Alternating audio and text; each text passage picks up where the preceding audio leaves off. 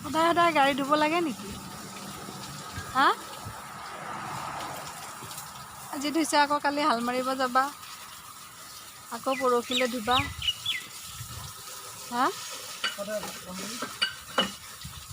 ভাতটো সদায় খাব লাগে।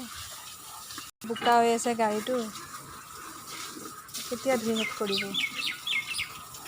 গাড়ী মানে লেতেৰাকৈ নাৰাখে, চাফা হ'ব লাগে। ইমান লেতেৰা, কেতিয়া চাফা হ'ব কৰিব?